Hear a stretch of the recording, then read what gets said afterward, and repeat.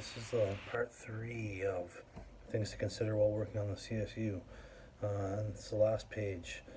Um, so, first up is the job is not to fix anyone.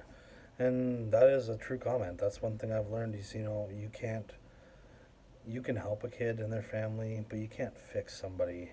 That's their own job, right? You can help them obtain the skills and tools and values or belief that they can heal and recover, and you can be a part of that support system. But at the end of the day, when they leave our facility, it's up to them to want to change as well, right? And heal and recover. So if we have a good plan in place with them, there's a good chance that they will be able to fix themselves. But as for you as a worker on the unit, your job is to support them in that journey, and you can't fix somebody. I mean, that's their own choice and their own. They'll have their own reasons or barriers sometimes you can help them overcome, but in the end, it's their job to set their own path on the healing and recovery journey, and you can be one of their supporters along that path. Whether that's for the 7 days or if they are a repeat young person on our unit, or if you say hi to them in the community, whatever it might be, if you want to be that person. But at the end of the day, they're going to be the person to fix themselves, even with all these supports around them. Um, Show your love through action and an example. So we just talked about this in part two, but really avoiding the "I love you" statements. Um, those are definitely reserved for very, very special occurrences, and it really depends on the situation, right? Or age of the kid, but that's not necessarily the language that I'm going to be using, just because I don't know if that's what they're going to be hearing once they go back home, right? Like if that might just not be heard in their household. So I don't want them to get used to it on this unit and then they leave here and then they're not hearing it from anybody.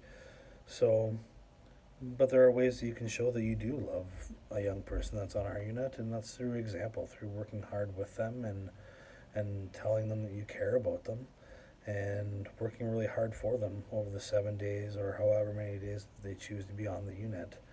Um, yeah, and working really hard one on one or in group activities, or again, verbalizing that, and or working with their family if that's what they need. Um, yeah, show your love, show your affection, show your support for somebody through being a really great example of a worker on the unit. The next I have is listen to understand, not to reply. Now, this is like a pretty basic thing that you hear everywhere, but it's so true, right? Like, be an active listener. And don't just listen to what a person has to say and then blurt out exactly what you're going to say. Listen intently with what a young person or a family member is saying when they're saying it to you, and let them know that. Like, verbalize that back to them so that they can know that you're actively listening to them. Man, that's going to make your job so much easier in terms of creating a relationship with parents and families and kids and service workers, if they know you're actually listening to them and you're not just spewing out everything that you want to tell them or what you think they should do or what the plan of action you think is, right? Like being able to listen and give feedback on what a person has said is so important. And then carry on with your reply afterwards, right? Um, don't be afraid to make mistakes. Like, if you know a lot of these kids, they've made a lot of choices that they probably want to take back or they regret or they're remorseful for in their life. Same with a lot of the parents. We're all human, right? And every one of us is going to make mistakes. Don't be afraid to ask forgiveness for those mistakes or own up to it. Um, that's a skill in itself, right? Like being able to own up to your mistakes and wanting to do better. Um, this goes back to like showing that you care about somebody through example. Well, showing a kid that you're able to make mistakes and ask for forgiveness, well, that's leading by example, right? So don't be afraid to do that. Always know that resilience is a strength. So you see a lot of the kids that'll come on to our unit, and their one biggest strength, every single kid that I've ever seen for the past several years, is their resilience. These kids have been through more than most people will ever go through in a lifetime, and they're still living and surviving and sometimes even thriving. So, um, maybe not in the best ways, but in ways that they know how, right? So that's their biggest strength is our young people here in the north are resilient, especially our young indigenous people, having come from isolated communities or different communities in the north that have gone through so many different um, concerns and issues related to suicide or violence or abuse, whatever the case may be, and they're still here and they're still struggling, yes, but they're working through it and they're working really hard. Like, um, I'm always so impressed with a young person who's gone through so much and they're still here and they're still fighting for their life and they still want to do all the right things and sometimes they just don't know how.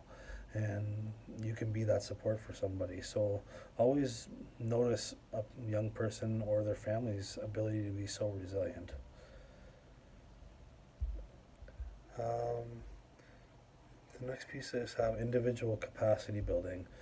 I think this is more to do with the employee themselves. So if you're an employee here at CSU, um, always be wanting to learn. There's always more that you're able to learn, whether it comes to interviewing a client or um, talking about suicide or understanding the language or medications or um, family or skill building or activities or whatever the case may be. Always be asking to learn more and to develop your skills. It's only going to make you a better worker on the unit. And even if you work elsewhere, it's going to come in handy in life as well, right? Being able to help people in really difficult times, even outside of work, that's a skill set that not all people have.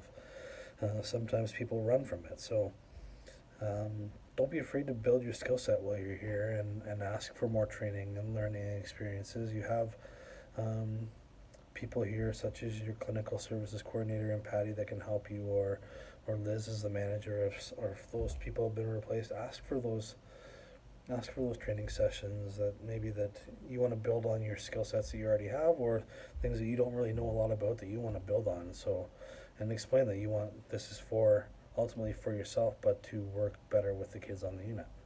And maybe that's something in time that we can add to this manual as it builds and hopefully grows for you guys. We've already really talked about this in slide 2, but being proactive versus reactive or overreactive. Now, this often happens sometimes on the unit when kids first get to a unit and workers read the file and they see just a laundry list of things that this kid has had to deal with over their life or are dealing with just in this moment coming to the unit. So, and then sometimes people tend to get upset, and it's an obvious reaction and it's an understandable reaction, but in those moments where you become really upset or overwhelmed or angry or disappointed or unhappy for whatever reason, if it's reading the file or seeing all this stuff this young person has had to go through, don't be afraid to take a step back, right? Before you react to something where a kid might see, or you react and make a decision before reading all the information or discussing it with other people or calming your own nerves and overreacting and making like a on the spot decision. Take time to take a few steps back, talk to your coworker or your manager or the nurse or whoever, and figure out whether you just need to vent or whether there's legitimate cause to jump on a concern immediately for a child if it is an emergency situation.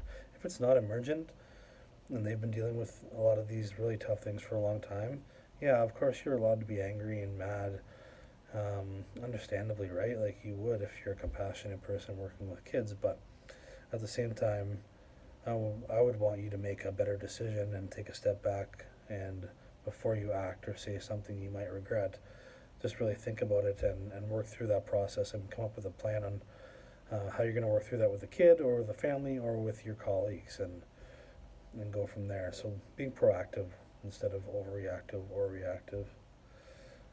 Um, the last thing I have on this list is taking it home with you. Now, people always say, like, in a role like on the CSU and working with kids who have gone through really tough times, or they've thought about suicide, or they self harm, or they've been through significant trauma, or abuse, or assault, or whatever the case may be, you can't take it home with you. Well, Honestly, in my opinion, if you are actually a worker who legitimately cares about these kids, you're going to take it home regardless. Um, I would say try and limit the amount that you take home with you. So you, no matter what, if you're a good person and you know you're gonna go home and think about this kid, and but find different ways. Again, this goes back to slide one, to take care of yourself so that you're ready to come back to work the next shift and be really awesome for that kid or family. Like, people say don't take it home with you. It's impossible. If you're a good social worker, if you're a good helper or provider for kids working in this system, you're going to take a piece of it home with you every night, and hopefully it's a piece of their pain that you can take away permanently for that kid. But yeah, taking it home with you, that's a normal thing. You're going to take a piece home with you, but know how to cope with it. Just like you're teaching kids coping skills on the unit, so that when they do have thoughts of suicide or hurting themselves or um, thinking about their past experiences that were traumatic, whatever the case may be, just know how to deal with it and teach yourself those skills, whether it's working out or any form of exercise or music, the same things that you're teaching kids, watching TV or binging Netflix or whatever the case may be, taking your dog for a walk. There's so many different things that we're already teaching kids. They don't even know our coping skills. The same goes for adults, right? Like, um, so yeah, take it home with you, but then know what to do with it once you take it home with you. I guess would be my suggestion. Because if you really care about kids, in my opinion, you're gonna always take a piece of it home with you. It's always gonna be in the back of your head, regardless. It's just a matter of, can you shut that off for a certain period of time and deal with it in the ways that you deal with it, similar to as a kid would be dealing with their own crisis, right? So um, that's it for slide 3.